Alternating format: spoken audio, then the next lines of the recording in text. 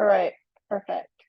Well, hello everyone, and welcome back to another episode of Career and Youth, UNESCO Body and Mind Wellness Club's broadcast. UNESCO BMW, Candid Gold Seal, is a registered nonprofit that exists to promote inner peace practices to protect our ecosystem and to encourage arts and crafts. So, this is our baking episode, which is super exciting. My name is Invita Rinki, and I will be the host of today's episode.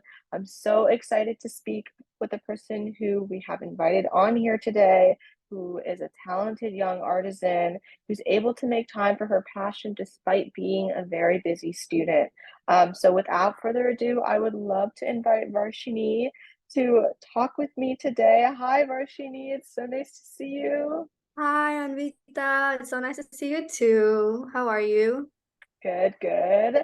Happy Sunday. So, why don't you introduce yourself to the audience and tell us a little bit more about yourself? So, my name is Varshini Gatla, and I'm a junior in high school in Edison, New Jersey. I recently started baking a couple of years ago, and we've been selling for about a year now.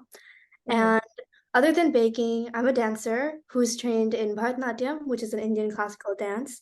And I've recently started working on a couple fusions with other Indian classical dance styles, which has been a very fun experience. Wow. And I love to do art, and especially sketching and painting. And I consider to be a very hands-on person. And baking is one of the ways I get to mix both my passion for food and my art skills together. And it's something I very hold very close to my heart. No, of course, that sounds amazing. I've always been in awe of people who have a talent for baking because although it is definitely something that you can develop, it's a skill, it's also something I feel like you're born with. So I applaud you for that. But how did you develop this passion for baking? When did it start? How has it progressed? And what stage are you at now? So, as most baking little businesses these days have started, we also started during COVID when I was stuck at home. Me and my friend Tanishi Astana, we would bake together, and it was one way we actually grew together to be besties. And she's one person Aw. that knows me in all sorts of ways. Um, so I think we both started with the viral, the mug cake recipe that everybody was so Mhm. obsessed with. Mhm. And we started experimenting a little bit more. We would make pies, we would make cakes, we would make all sorts of other things, pizza, and Mhm. it was just something that we developed. And we started getting a lot of favors for other family friends. And one Yeah. day we just started charging for it. Wow, that's amazing. That's so funny that you mentioned the mug cake story because I also was on the internet during that time of COVID, and I've also seen the mug cake videos, and I also tried to recreate it, but never got very far with it. Somehow, like, was adding too much cocoa powder, the baking soda, and I just gave up. I applaud you for continuing and strengthening your skills so that you can now open your own very successful business. But one question that I have for you is, do you ever have any stress or like anxiety when it comes to like the finished product of your bakes? Like, and if so, how do you handle that? Definitely, all the time. Baking is something that is very close to chemistry, and you never know how it's going to turn out until it's Hmm. absolutely done. So I Yeah. do get stressed when baking the actual cake part of it, but I Hmm. always look forward to the decorating part of it to calm Yeah. me down, which is something that keeps me going. Yeah, no, for sure. Yeah, these cakes are beautiful that we see on the screen here. So do you have any like go-to recipes now that you're like a little bit more of like an intermediate to advanced baker, or do you usually take recipes from online and then like kind of make your own special touch and like turn them into your own? Or do you have like a recipe book? Like, what's the scenario when it comes to like your baking repertoire? I'm definitely not advanced enough to have my own cookbook or anything, but In the future. I do take recipes from the internet and I do turn them into my own little Mhm. twist on it, the Varshini spark. Of course. But yeah, I have a set of recipes that are my go-to, and I have like a whole list of them that I keep on Mhm. my phones, and it's definitely um Amazing. Yeah, that's awesome. So another question that I have, which is probably one of the most important ones that we're going to be able to discuss here today, that I think our audience can relate to as well, is how do you balance baking, or not even just baking, but finding time for your passion while being a busy student? I do obviously prioritize studies over my baking career, but Hmm. to the point sometimes I reject some orders and stuff. Yeah. But when I do get the time, I do spend a lot of time on the cake. Sometimes I end up staying up quite late to finish the product, Hmm. but that's something I'd like to that's something I'm willing to sacrifice for the Right. bigger picture. No, of course. Yeah. I feel like, I mean, since you're in your junior year of high school, that's usually like super stressful time from what I remember, and it's hard to like balance all these different things going on in your life. I mean, being a student involved in extracurriculars and also finding time for what you enjoy and what really makes you happy can be really difficult. But just I think remembering that that what you love can be a form of stress relief and can honestly make you a better student at the end of the day, by diversifying your what you put your attention to, can be really useful. So yeah, that totally makes sense. But I wanted to delve a little bit into the business aspect of your baking. So tell me about when you decided to monetize your creations. How did that work? Developing like a social media presence or even like advertising. Did you have to advertise? Who's your audience, etc.? It's actually a very funny story about Yeah, going back to how we started. It was yeah. just this one night, me and Tanishi were having like a little bit of a sleepover. We were watching a movie, and then suddenly we were like, we work so hard on these cakes and we're constantly working on them. We kind of need to, make it something bigger. We can't just, Mhm. continue doing favors for everybody. Yeah. And that night, we spent so long trying to come up with our like entire logo and our entire, it was so funny. We were trying to Aw. come up with a name. We came up with like a little bit of a menu, and we started making a website, but we actually never got to finish it. In the future for sure. Yeah, but from there we decided we should have like at least an online presence, and we Mhm. have our Instagram page going, and we get DMs, and that's just how we're going right now. Awesome. That's amazing. So how do you see this baking small business or like side hustle, if you will, in your future once you maybe are done with high school and you're maybe in college or like in your career? Is there a place for this? What are your thoughts? As of right now, I'm hoping this can stay a little home business thing. Hmm. I don't have any plans on making it into like an actual store or anything, Yeah, because there's so much uncertainty in life. I have no idea yeah, where I'm gonna be. I have no idea where Tanisha is going to be. And yeah.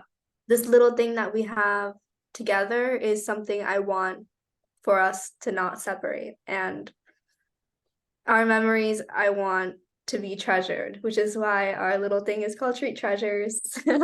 Oh, that's so sweet. But yeah, I think that's a really valid response. But something that maybe is a positive is that I think the skills that you gain through baking are super transitionable to any stage of your life. Like, you can be like almost like 80 years old and still be able to throw things in the oven and come out with things that make you and others happy. And it's something that you can turn to after a long day of work as well. So the fact that you're having these skills in the first place is amazing.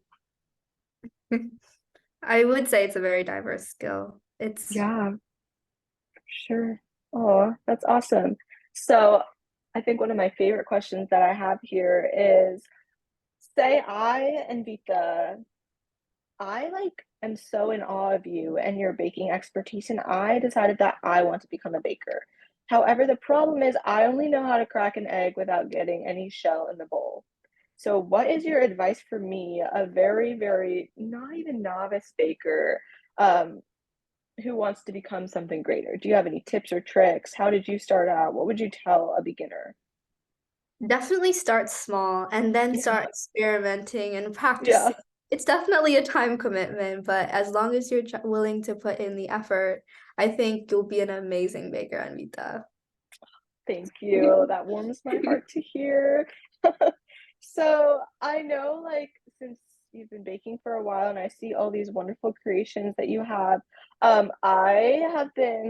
I've watched baking videos before. I wouldn't say that I'm like a know-all, but I do know some of the tools. Like I know there's that like spinning round table that you like turn around, and then there's like the thing that flattens the top of the cakes, and there's like obviously the Russian piping tips and stuff like that. So what's your favorite one to use? What's the easiest one to use? What's one that you want to use in the future? Something I want to use in the future is I recently saw this really cool, like as you were mentioning, the turning table. Yeah, But yeah, the yeah. turntable, there's like these new turning tables these days where it like tilts the cake so you can decorate it easier. And I thought that was so cool. Like that's one thing Gravity? that I want to invest in. Wow. My favorite one is definitely the whisk. It's so versatile and it's just back to the basics. Yes.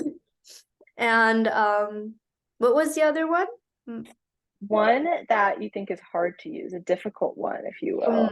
One thing I find hard to use. There are these cake flattening things, but with the ridges and stuff. I find those a Oh, little bit hard to use serrated. because they're so wide and you're starting to Mm. decorate your cake and it's just I don't know how they work. It's just not something that I'm used to.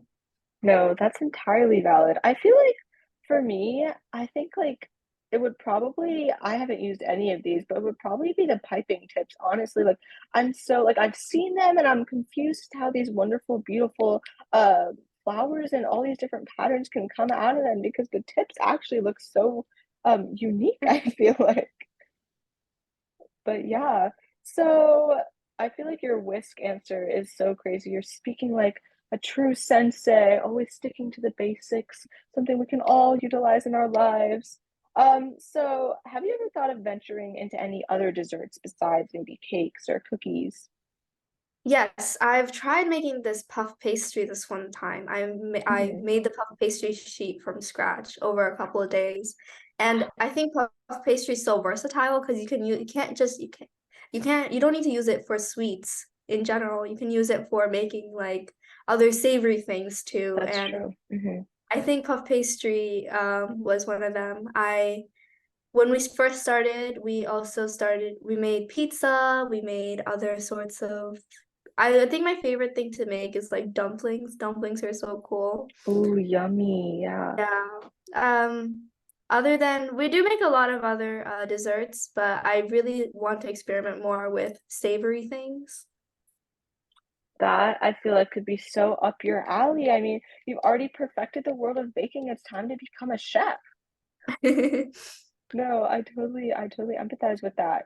So I think the last question I have to kind of round out our interview is kind of a fun one and something that I'm actually dying to know. What is your favorite flavor? Oh, I Ooh. definitely say chocolate, chocolate because chocolate is my absolute favorite. I could not say otherwise. I actually prefer it more than vanilla, and vanilla's kind of bland. It's kind of just there. I think chocolate's the ultimate because Crazy. I pegged you as a chocolate person, honestly. I see it. I see it. And I mean, to the chocolate haters out there, like she's got a point. Vanilla could be boring. yeah, vanilla's a bit boring. Well, I'm so glad that I got to learn so much about you through this amazing interview, learn more about your craft, your passion, and how you're able to balance it while being a student and what your aspirations for the future with this baking um, side career that you have going on, how it could play out into your future as well. But thank you so much for being on here today. Definitely. Thank you so much for this amazing opportunity. Yes. And to our audience, we will see you for another episode of UNESCO BMW's Career and Youth broadcast another time. Stay tuned. Thank you so much for being here today. And we'll see you for another episode. Thank you so much again, Varshini. Bye, everyone. Bye, everyone. Bye, Anita.